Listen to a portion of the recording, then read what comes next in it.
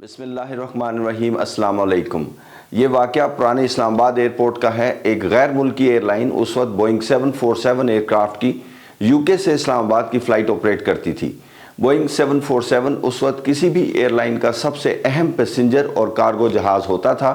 इसी लिहाज से इस जहाज़ पर फ़्लाइट क्रू भी मोस्ट सीनियर और इंतहाई तजर्बाकार होता था। ये वाक़या मेरे कुलीग रेडार कंट्रोलर के साथ पेश आया और मुझे ये सब कुछ इसलिए मालूम है क्योंकि मैंने इस इन्वेस्टिगेशन में टेप एक्सट्रैक्ट्स लिए थे। इसके अलावा इस वाक़े से मुतल्लिक मेरे अपने कुलीग से भी बहुत डिस्कशन होती रही। इन वाक़यात को शेयर करने की वजह सेफ्टी कल्चर प्रमोट करना है और किसी भी एयरलाइन पर बैड नेम लाना मकसूद नहीं है, इसलिए मैं एग्जैक्ट डेट और एयरलाइन मेंशन नहीं करता। इस चैनल के ऑडियंस माशाल्लाह बहुत लर्निड हैं और वो बआसानी समझ सकते होंगे कि मेरी मुराद किस एयरलाइन से है। मेरी आपसे दरख्वास्त है कि कमेंट्स में एयरलाइन का नाम ना लें। एविएशन में ऐसे वाक़यात भी हो जाते हैं, इनको शेयर करने का मकसद ऐसे वाक़यात को दोबारा होने से रोकना है। पुराने इस्लामाबाद एयरपोर्ट के दो रनवे एंड्स 30 और 12 थे। अगर जहाज़ रनवे 30 से लैंड करता था तो वो रवात वाली साइड से आकर लैंडिंग करता था, और अगर रनवे 12 की तरफ से लैंडिंग होती तो जहाज़ चांदनी चौक मरी रोड के ऊपर से गुजरता हुआ रनवे पर आता था। इस्लामाबाद रनवे 30 पर ILS इंस्ट्रूमेंट लैंडिंग सिस्टम था और रनवे 12 नॉन इंस्ट्रूमेंट रनवे था, सिर्फ अप्रोच लाइट्स थीं। जब कभी रनवे 12 इन यूज़ होता तो दो तरीके से जहाज़ उधर से लैंड कर सकता था। या तो रनवे 30 पर ILS करते हुए जब रनवे नज़र आ जाए तो दाएं हाथ को मुड़कर रनवे के पैरेलल फ्लाई करते हुए रनवे 12 की तरफ से आकर लैंड कर जाए, या फिर रेडार कंट्रोलर उसे रेडार वेक्टर यानी ऐसी हेडिंग दे कि ऐसी जगह पर ले आए कि पायलट को रनवे 12 नज़र आ जाए और वो फील्ड इनसाइट रिपोर्ट कर दे और फिर पायलट रनवे 12 को नज़र में रखते हुए विजुअल लैंडिंग कर जाए। फील्ड इनसाइट रिपोर्ट करने पर रेडार कंट्रोलर जहाज़ को इस्लामाबाद कंट्रोल टावर को चेंज करवा देता है। टावर कंट्रोलर ऐसे जहाज़ को फाइनल 1-2 पर रिपोर्ट करने को कहता है।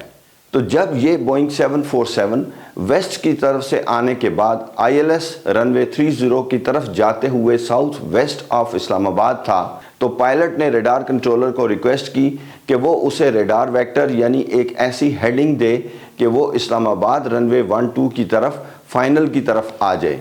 चुनांचे रेडार कंट्रोलर ने ऐसा ही किया।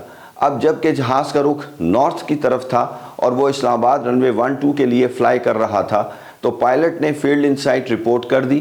यहाँ पर कंट्रोलर ने उसे फाइनल रनवे 12 रिपोर्ट करने को कहा।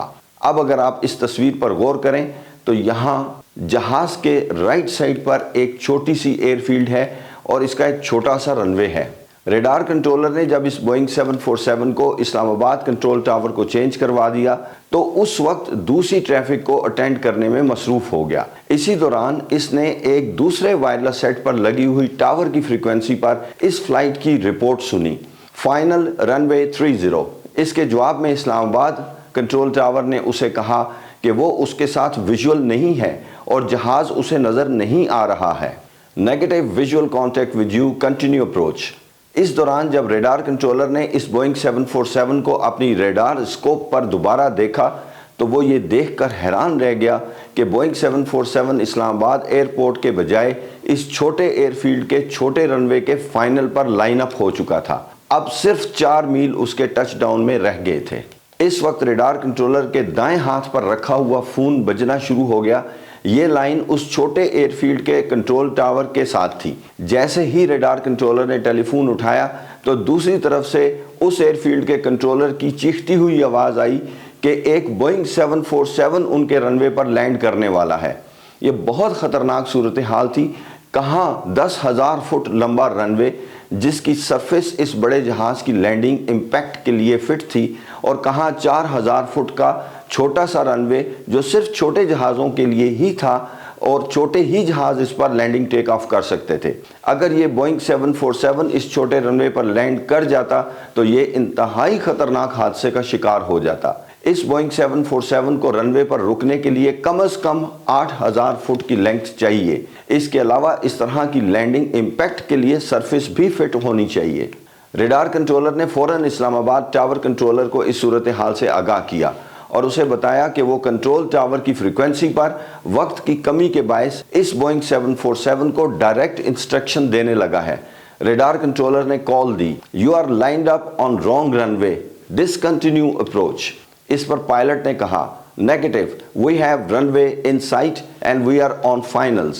اس پر ریڈار کنٹرولر نے سختی سے پائلٹ کو کہا، "Go around, I say again, go around, do not land, pull up and do not land, climb 4,500 feet"۔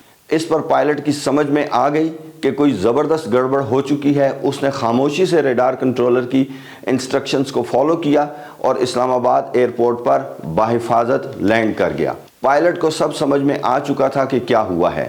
یہ سیفٹی رپورٹ اسی وقت فلیش کر دی گئی، یہ فلائٹ کرو گراؤنڈ کر دیا گیا۔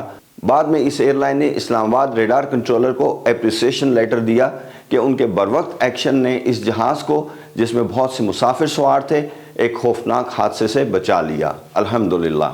تو آپ نے دیکھا کہ تمام ٹیکنیکل ایڈوانسمنٹ کے باوجود ایویشن کی دنیا میں روزانہ نت نئے واقعات ہوتے رہتے ہیں۔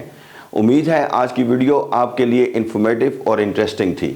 اگر آپ اس طرح کی مزید انٹرسٹنگ سٹوریز سننا چاہتے ہیں تو میرے انکریجمنٹ کے لیے اس چینل کو ضرور سبسکرائب کیجئے، اس ویڈیو کو لائک کیجئے اور شیئر بھی کیجئے۔ نیکسٹ ویڈیو تک کے لیے اجازت چاہتا ہوں۔ Have a very safe journey. آپ کا سفر بخیر ہو۔ اللہ حافظ۔